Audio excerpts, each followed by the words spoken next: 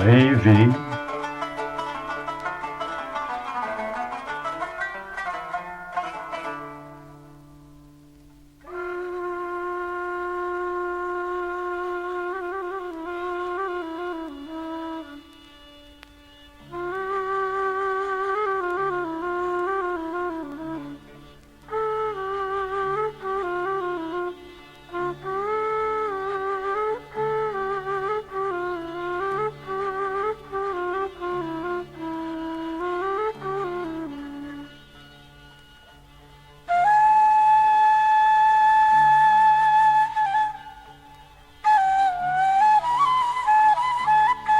étudier,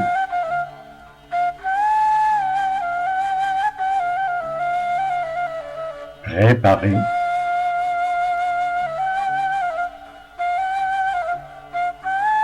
charger,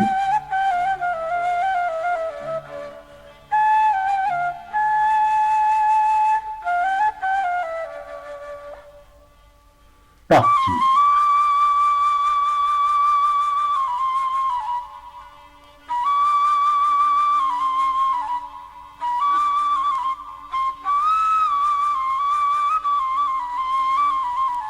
Débarquer,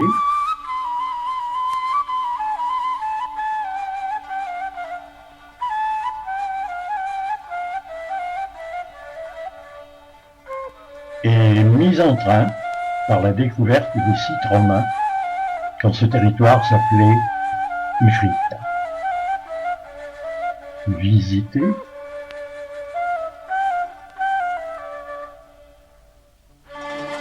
photographier,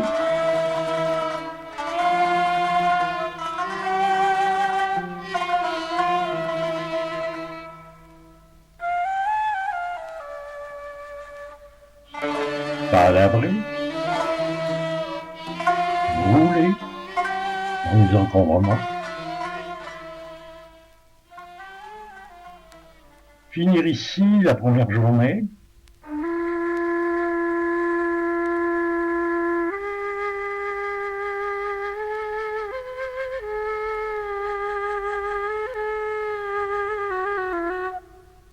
et aborder la seconde,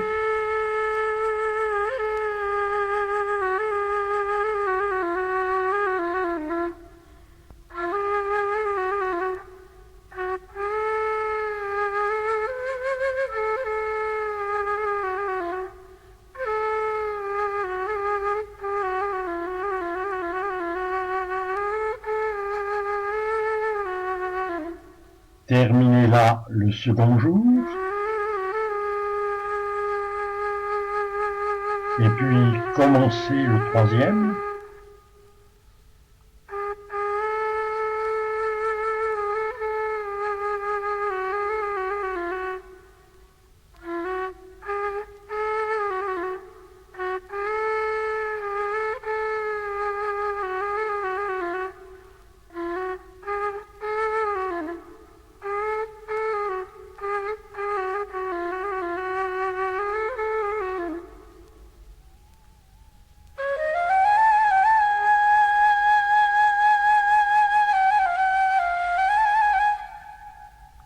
et le système étant rodé,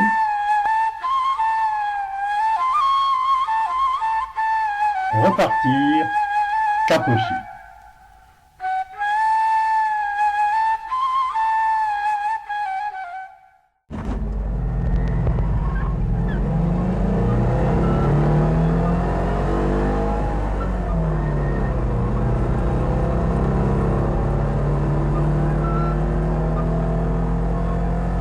Ça se précise. Nettement, dis donc.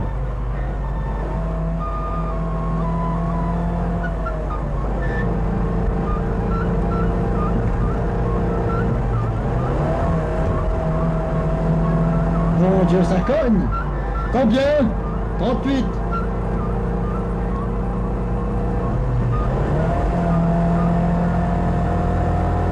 Tu veux une sèche? Ça suit? Ok.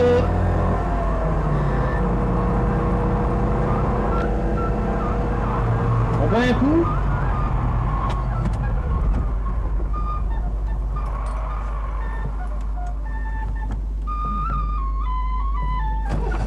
Repartir. Manger. Et dormir. Se lever à l'aube. Repartir. Ça suit. Oh non, il s'est arrêté. Merde.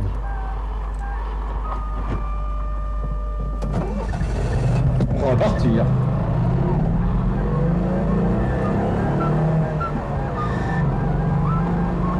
Rouler. Ça suit. Ok. Salut les gars.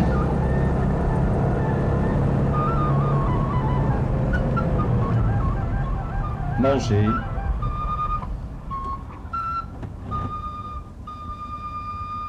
Et dormir. Se lever. Repartir.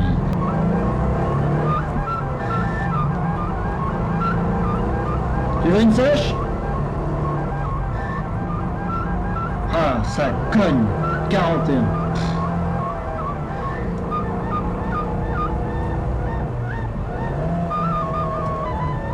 Et ça se coud, bon Dieu. Stop, stop, stop, il se fait plus. Merde.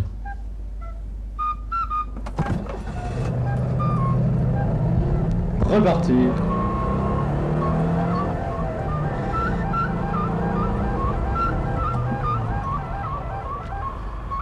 Merde, je crois bien que je suis à plat.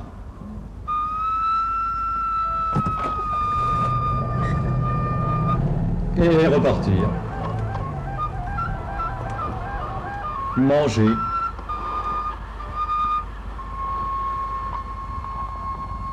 Dormir. Se lever. Repartir. Tu veux une sèche? Stop, stop, stop, demi-tour, ça se fait plus. Mais...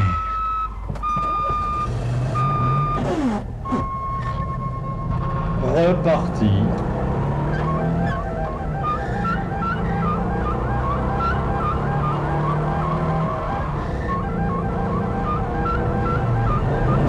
C'est chaud.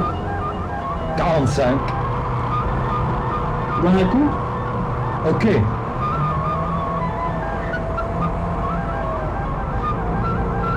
Putain de tout gelé. Rouler. Rouler. Rouler.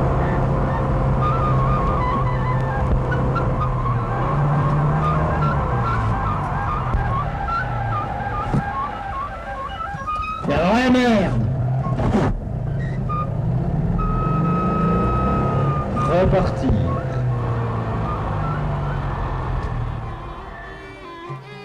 C'est ça, un voyage au Sahara.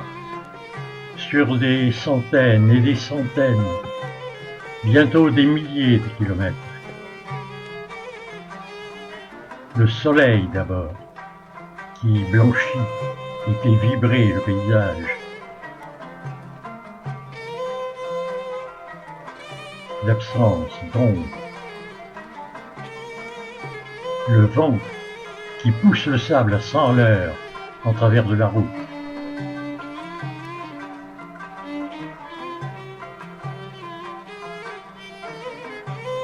Qui écorche les dunes.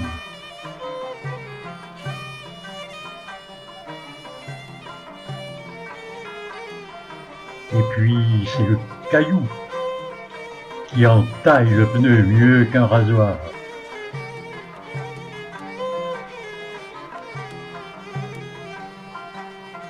La tôle ondulée qui désosse voitures et passagers au-dessous de 80 km/h et vous fait préférer le tout-terrain à la piste.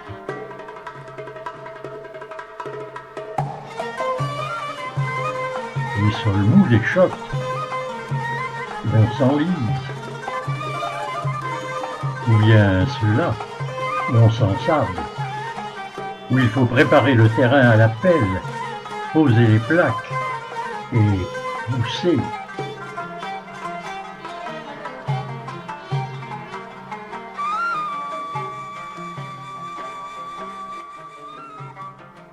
Mais c'est aussi, c'est surtout l'absence de feux rouges, la disparition des radars et des lignes blanches et des képis, la fin des embouteillages et des remparts de béton. C'est en une planète surhabitée à en craquer, l'espace nu. La qualité d'une certaine solitude, relative cependant. Les rencontres y sont plus rares, donc plus chaleureuses. On se salue, on s'entraide, on s'invite. On prend conscience d'une solidarité vraie, où la couleur de la peau, les mœurs, les préjugés et l'esprit de système ne jouent plus aucun rôle. La mesquinerie ne peut avoir cours au Sahara.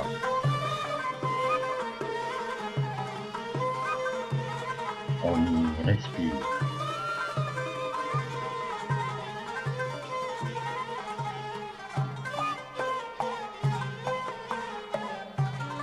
C'est aussi, après des heures, des jours d'aridité brûlante, la stupeur, l'admiration muette devant le modelé d'une dune au soir qui tombe. Devant la grandeur brutale d'un défilé. Devant les formes d'un relief étrange et coloré.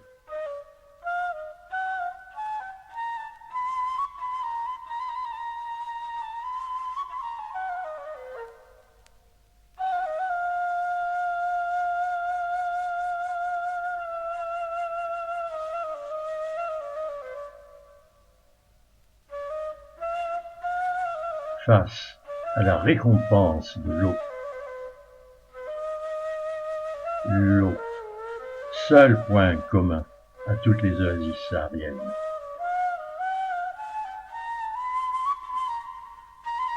Car il n'y en a pas deux qui se ressemblent.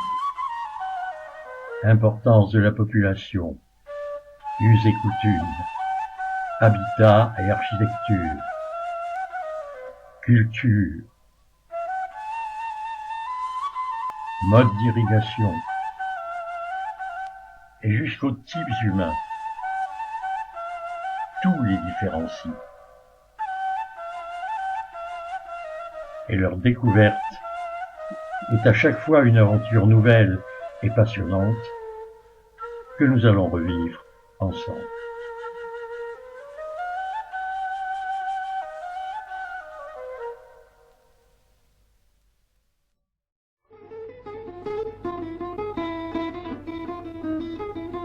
El Oued, capitale du Souff.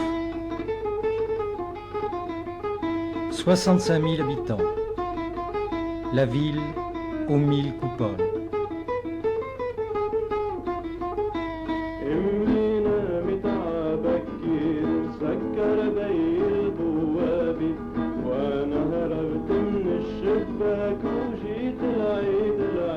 Peuplée bien avant l'islam par une race venue de Perse. Nous y arrivons un jour de marché.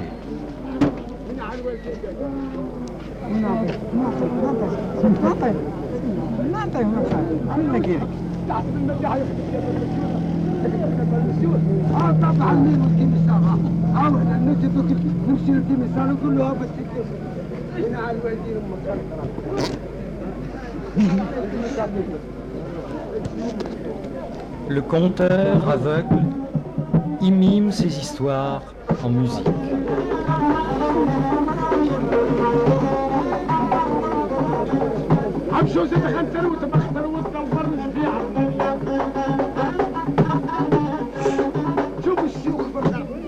انا نخدموا وحلقه قد حلقتكم هاد واحد ما ينطق واحد ما يفهم. هيا انت راسك صدق المداح. La tête des palmiers, seule richesse du lieu, émerge seule de ces coupoles à l'envers où on les cultive, véritables petits cratères artificiels de sable qu'il faut inlassablement remonter de jour comme de nuit à la lueur des torches, à dos d'homme ou de bourricot.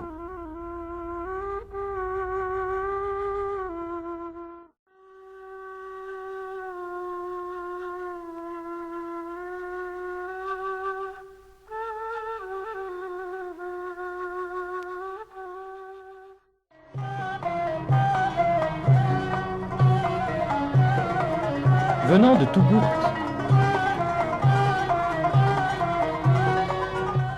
Et ces tombeaux des rois de Jérabie, c'est par son immense palmeraie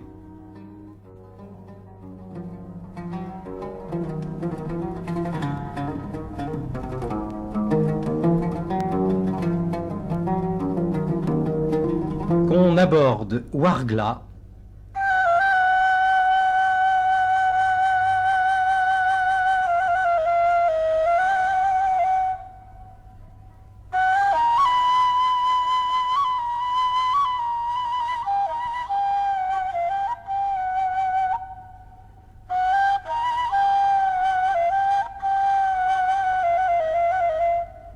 où on se désaltère au relais de la Transat,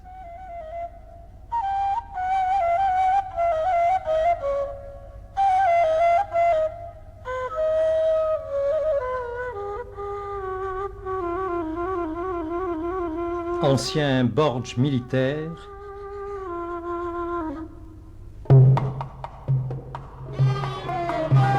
en attendant l'inauguration du futur hôtel construit là par Pouillon.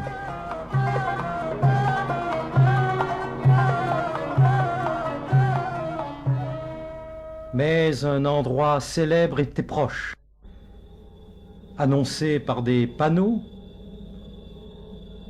bientôt par des fumées. C'est un autre monde saharien et une odeur de pétrole qu'on découvre à Hassi-Messaoud.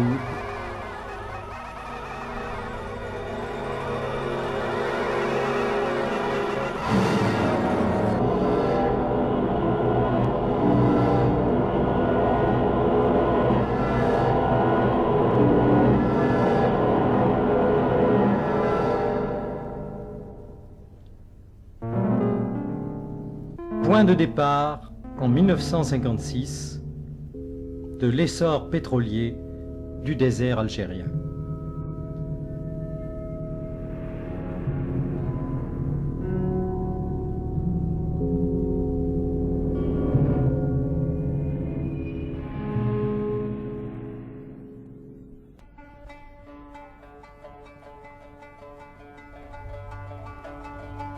Des villes blanches, bleues et ocres, accrochées sur des pitons, entourées de remparts,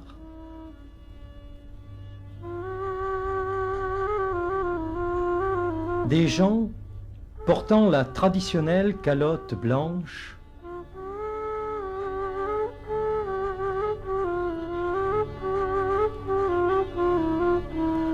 des sanctuaires,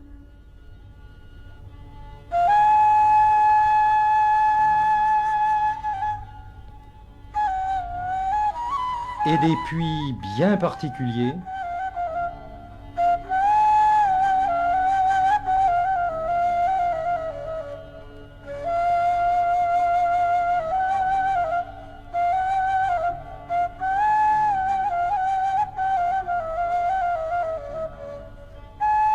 tout ici témoigne de l'originalité et de la farouche volonté d'indépendance des Mozabites, ces puritains de l'islam.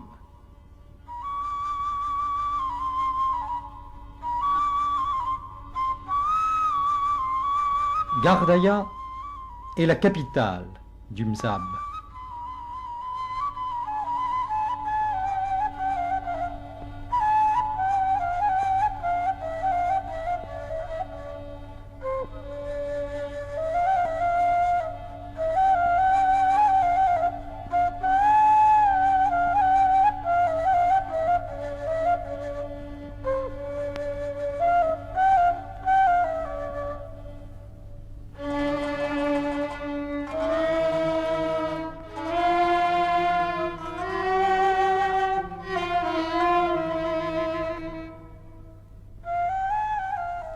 Berian, Bounoura,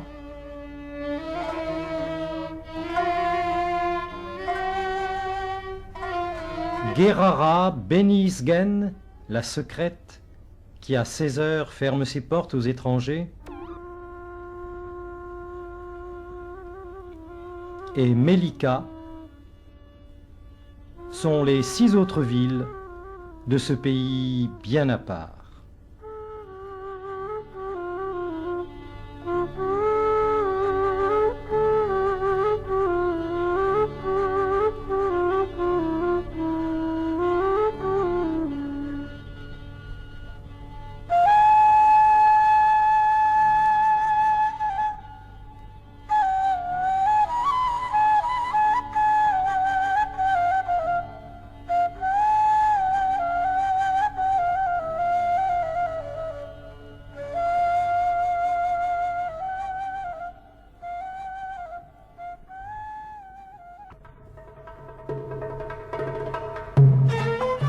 Une longue plaque verte, tachée de blanc, télé à la brusque cassure d'un long plateau pierreux, l'apparition soudaine d'El Goléa. Son vieux Ksar ruiné,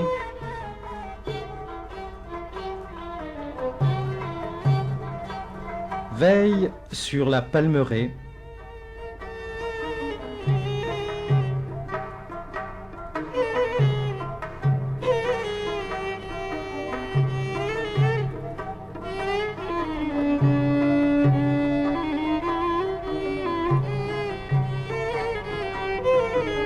piqué de caractéristiques marabouts,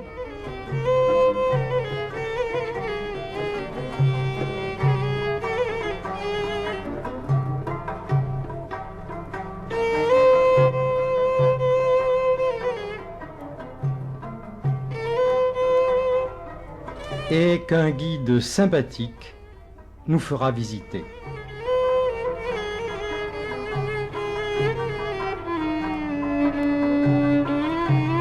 On peut même y trouver de l'herbe pour jouer aux échecs.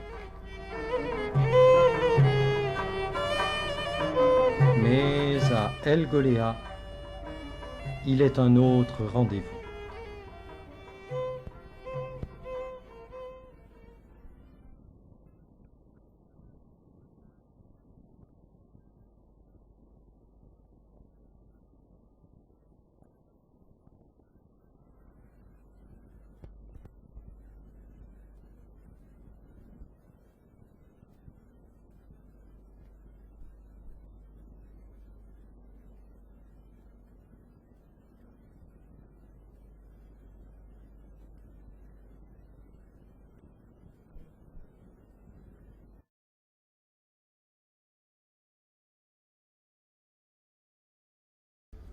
Timimoun est bien différente. La terre est rouge, même sous les palmiers.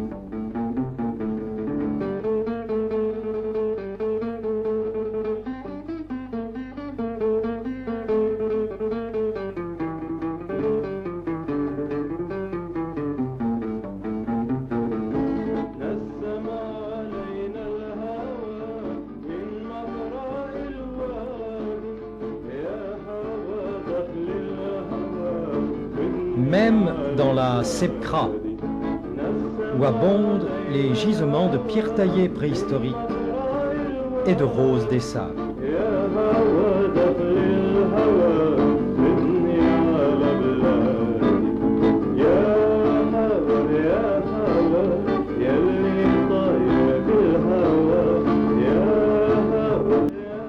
Dans la paume ou portée à deux mains, ces miracles du désert garniront vite tous les recoins encore libres des voitures. Les murs sont rouges. Dans cette ville presque soudanaise,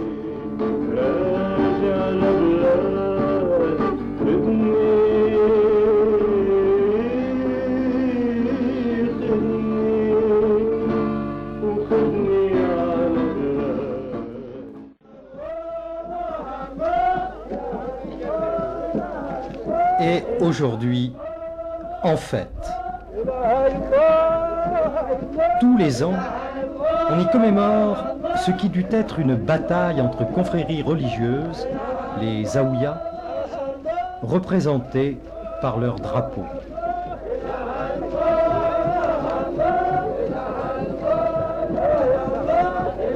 Sous l'œil hautain des méharistes,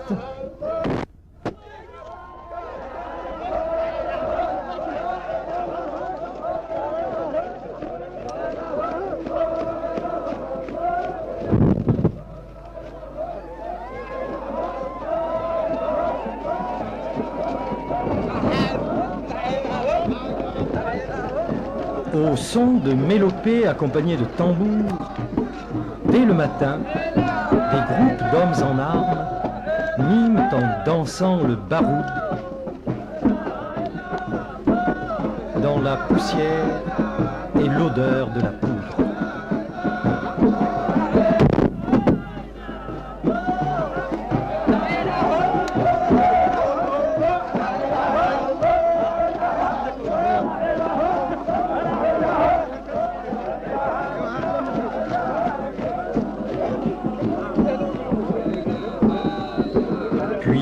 Lentement, par trois chemins différents, les trois factions rivales se rendent dans un champ clos aux environs de la ville pour y symboliser, au milieu d'une foule immense, la bataille qui s'y livra.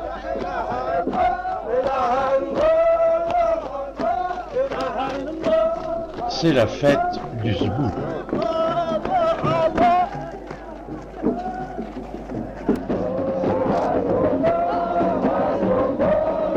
Pendant des heures, les tambours ronflent, les hommes chantent, les femmes crient.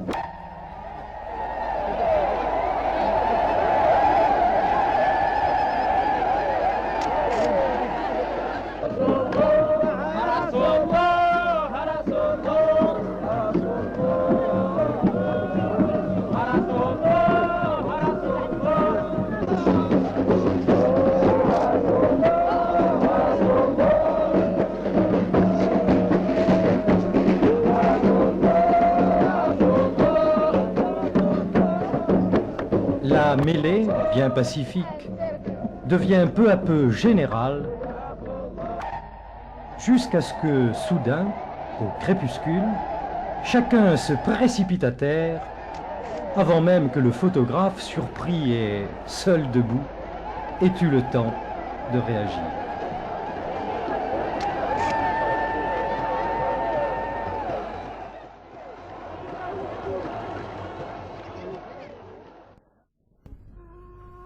Toujours dans ce grand ergue occidental, aux dunes majestueuses, une autre oasis, ce fut pour nous cette exubérance fleurie. Cette eau généreuse et fraîche,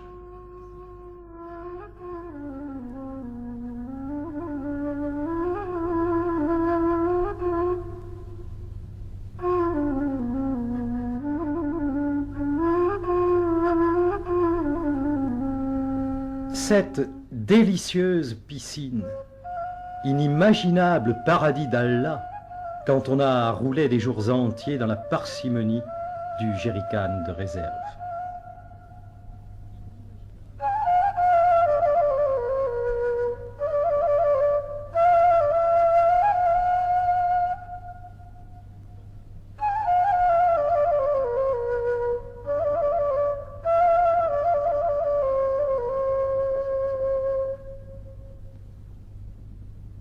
pensions y rester 1 heure, nous y avons passé la journée.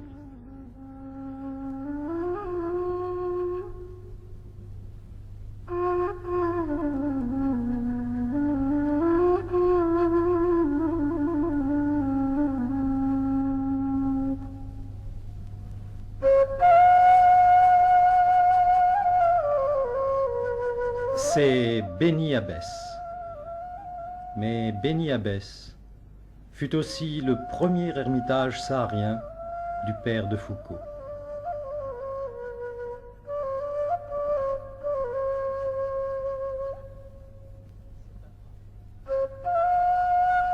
Plus au sud, c'est Adrar.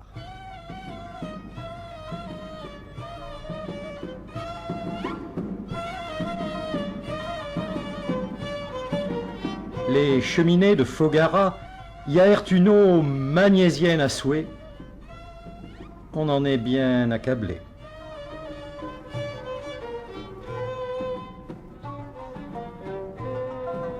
Cette eau-là se divise au prorata des surfaces cultivées.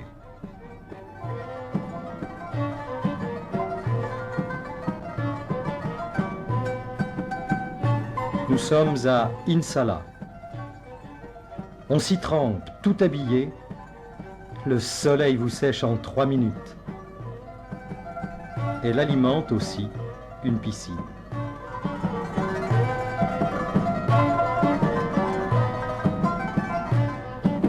Tajmout, sur la piste vers Tamanrasset.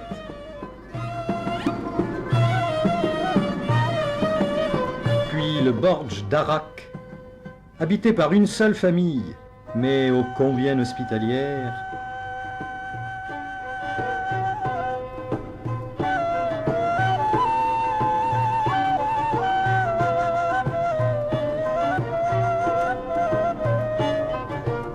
Sont des points d'eau plus que des oasis.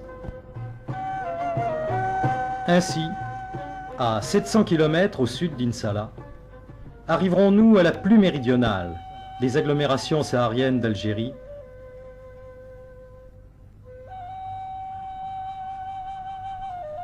rendue célèbre et qui s'est surtout développée depuis que le père de Foucault y construisit ce premier ermitage.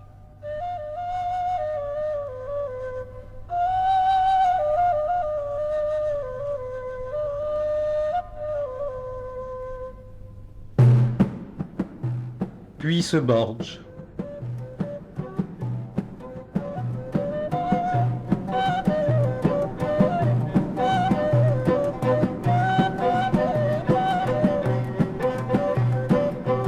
Devant lequel, en 1916, il devait mourir de la balle qui a laissé sa trace dans ce mur.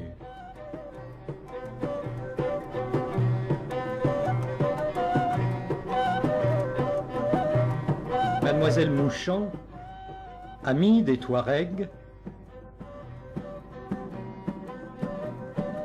dont elle a fait éditer les légendes,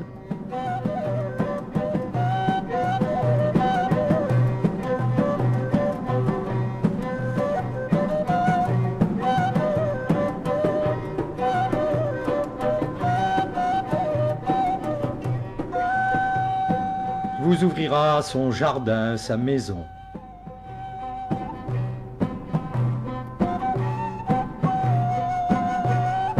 Vous guidera aux sites archéologiques du lieu.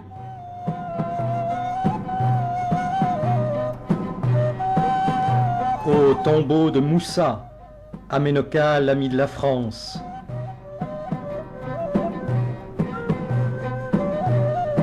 Et chez les forgerons touaregs de l'Adriane,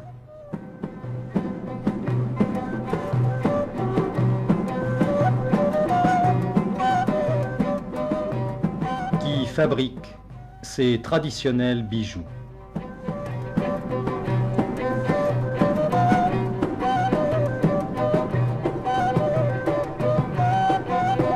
Monsieur Nacro, à la généreuse hospitalité, vous narrera, lui, la dramatique et touchante histoire de sa petite gazelle qu'il a fait empailler.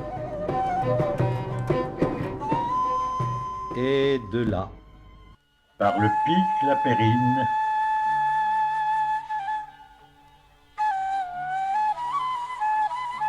vous pouvez partir dans le Haut-Gard.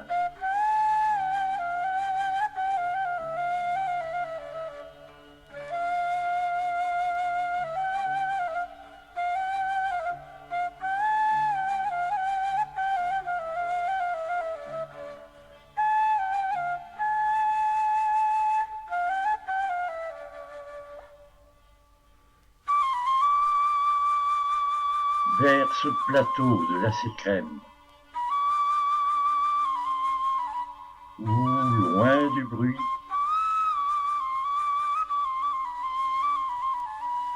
à 2800 mètres d'altitude,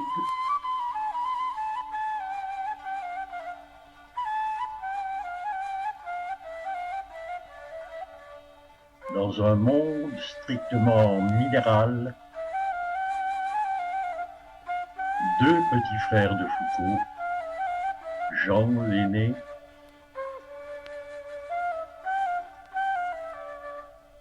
et Riquet,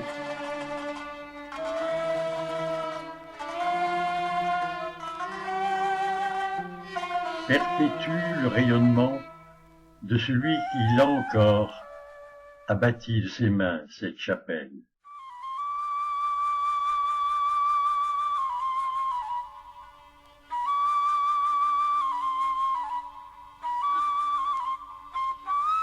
À 500 kilomètres à la ronde, plus loin encore, il n'est pas un Touareg qui ne les connaisse et ne soit leur ami. Il les soigne,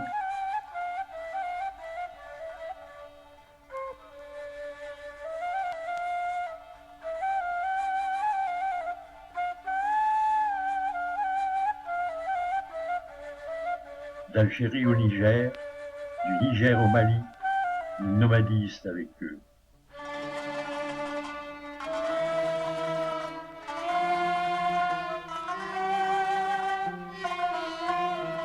Il les aide.